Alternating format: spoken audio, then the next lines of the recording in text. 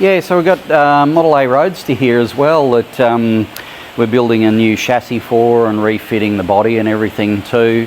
It was involved in a bit of an accident, so the chassis, you know, it's an old hot rod, so at the end of the day it was time to upgrade a few things. He's changing the front end, going to a Roadster front end. We'll upgrade the rear suspension, you know, which is really old time street rod stuff from sort of back in the 90s.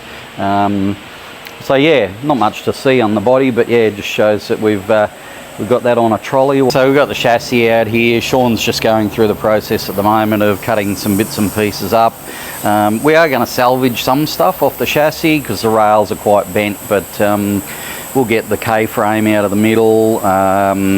Probably things like the booster mount and stuff like that, the rear cross member, body mounts and so forth. They're all harder items to fabricate. So essentially we'll build a duplicate chassis, and then once we go through that process and mount the body back on and fit everything up, we'll probably take this one back through the TAC process just for recertification, yeah, before it hits the road again, because it will be an upgraded suspension and front end and brakes and all that sort of stuff. So it's worth doing, but should give them a really nice hot rod.